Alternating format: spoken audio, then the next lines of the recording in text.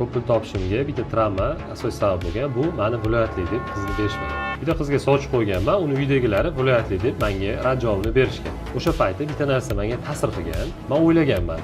Bahodir Jalolov o'sha paytlarda mashhur edi, olimpiadaga yutib kelgandan keyin men u bilan bitta viloyatdan, bitta tumandanman. Men o'ylaganman, agar men shu Bahodir Jalolovdek mashhur bo'lganimda edi yoki pulim ko'p bo'lganda, bular menga viloyatli deb yo'q deyarmidi. Miyamga birinchi kelgan javob bu yo'q, unaqa bo'lmasdi. Ya'ni men mashhur va pulim ko'p bo'lganda, men unaqa rad javob olmasdim deb o'ylaganman. Demak, shundan keyin xulosa qilganman, agar sen mashhur va puling ko'p bo'lsa, bunaqa cheklovlar bo'lmaydi seni hayotingda deganman-da.